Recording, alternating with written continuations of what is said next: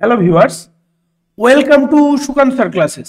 আজকে 23শে ফেব্রুয়ারি, daily important current affairs এবং আজকের দিনের ইতিহাস নিয়ে আজকের ভিডিওটি।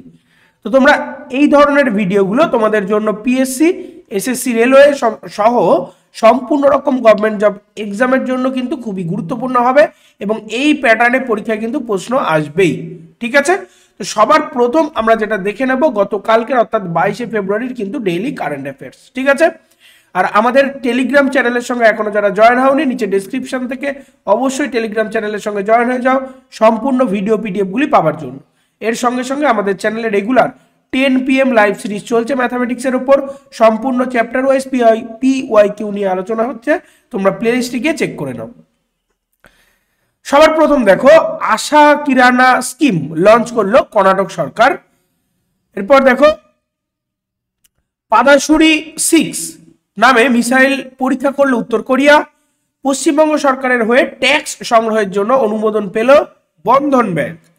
জম্মুতে বিশ্বের উচ্চতম রেলওয়ে ব্রিজ উদ্বোধন করবেন নরেন্দ্র মোদী। এরপর দেখো, দুদিন ব্যাপী ইন্দাস এক্স সামিট অনুষ্ঠিত হবে নতুন দিল্লিতে।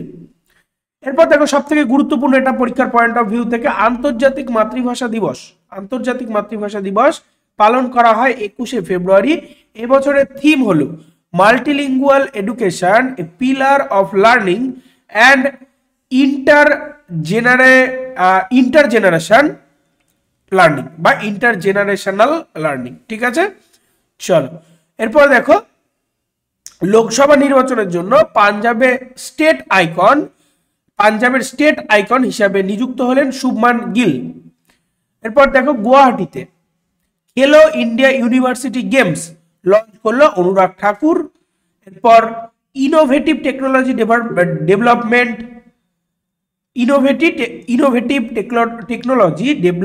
অ্যাওয়ার্ড পেল REC লিমিটেড। এরপর দেখো, নিম সামিট অ্যান্ড গ্লোবাল নিম ট্রেড ফেয়ার অনুষ্ঠিত হলো নয়াদিল্লিতে বা নতুন দিল্লিতে।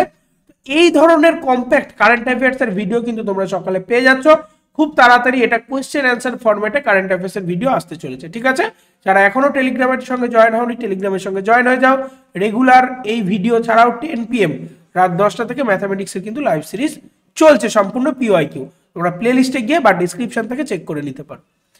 এরপর দেখো, CJI সুপ্রিম কোর্টে আয়ুষ হেলিস্টিক ওয়েলনেস সেন্টারের উদ্বোধন করলেন বা করেন প্রধানমন্ত্রী।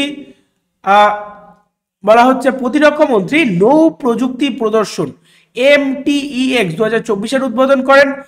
IFFCO বিশ্বের শীর্ষ 300টি সমবায়ের মধ্যে 1 নম্বরে রয়েছে।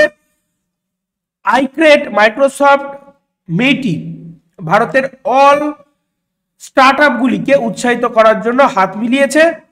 ভারত সাইবার অপরাধে বিশ্বের 80তম সর্বাধিক লক্ষ্যবস্তু দেশ হিসাবে উঠে এসেছে, এটা রিপোর্টে বলা হচ্ছে। ঠিক আছে, তো এরপর দেখে নেব আজকের দিনের বেশ কিছু ইতিহাস। 23শে ফেব্রুয়ারি 1768 আজকের দিনে 1768 খ্রিস্টাব্দে নিজাম 1768 খ্রিস্টাব্দে আজকের দিনে নিজাম ব্রিটিশ আধিপত্য স্বীকার করেন এবং স্মিথ কর্নেল নিজামের সাথে শান্তি চুক্তি স্বাক্ষর করেন। 23শে ফেব্রুয়ারি 1792 তৃতীয় মহীশূর যুদ্ধের সমাপ্তি ঘটে।